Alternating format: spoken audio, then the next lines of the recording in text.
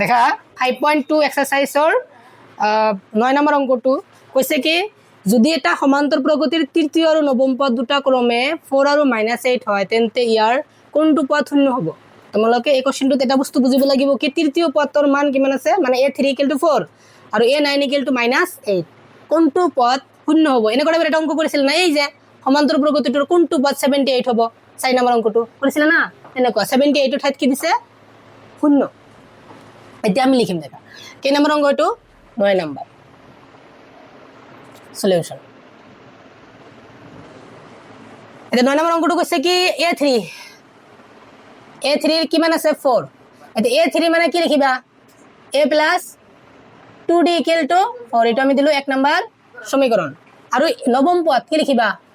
a9 = কত আছে -8 আছে দেয়ার ইমপ্লাইজ কি লিখিবা a প্লাস কি লিখিবা 8d = 8 -8 এটা আমি দিলো 2 নম্বৰ সমীকরণ তো 2 নম্বর উপরে 1 নম্বর বিয়োগ করি পাও a + 8d = -8 আর এটা কি আছে a + 2d = 4 প্লাস থাকলে মাইনাস প্লাস থাকলে মাইনাস প্লাস থাকলে মাইনাস এটা ক্যান্সেল 8টা d এর উপরে 2টা d বাদ দিলে 6টা d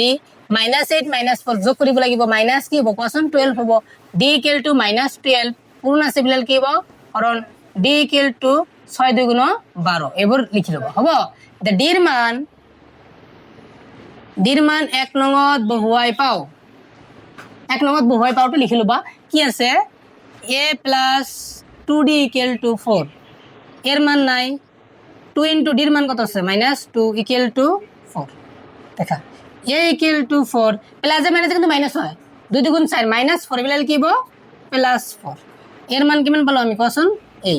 এতিয়া ইয়াৰ কোনটো পদ কি হ'ব কোশ্চন শূন্য হ'ব দেখাই ফর্মুলাটো কোনটো কোশ্চন ফর্মুলা এটো an = a + n - 1 * d এটা কোনটো পদ শূন্য হ'ব a n এর মান তো শূন্য ইকুয়াল টু এর মান কিমান পালা 8 প্লাস n এর মানটো বাহিৰ কৰিব লাগে -1 * d এর মান কিমান পাইছা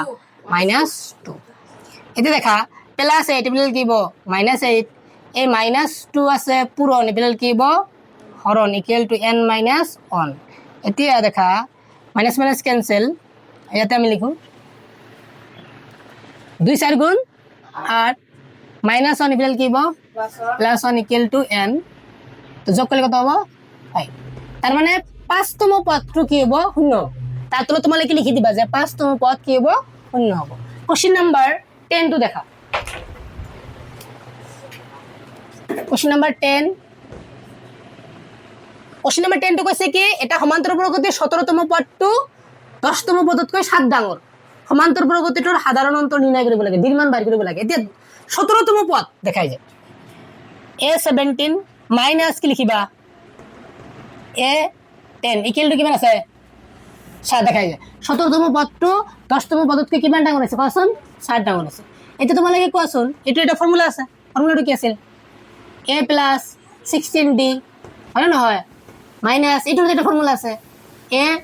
+ 9d ইকুয়াল টু কি লিখিবা কোৱাচোন 7 লিখিবা ব্ৰ্যাকেট বোৰ তুলি দিয়া a + 16d minus a minus plus a -9d = 7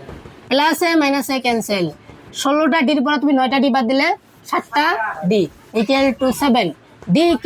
7 পূরণ বিলেল কি হরণ হবে তো 7 1 গুণ 7 সাধারণ অন্তর মান কিমান পালা কোৱাচোন অন দ্য নিউ সাধাৰণ অন্তৰ অন এইখিনি বুঝিছা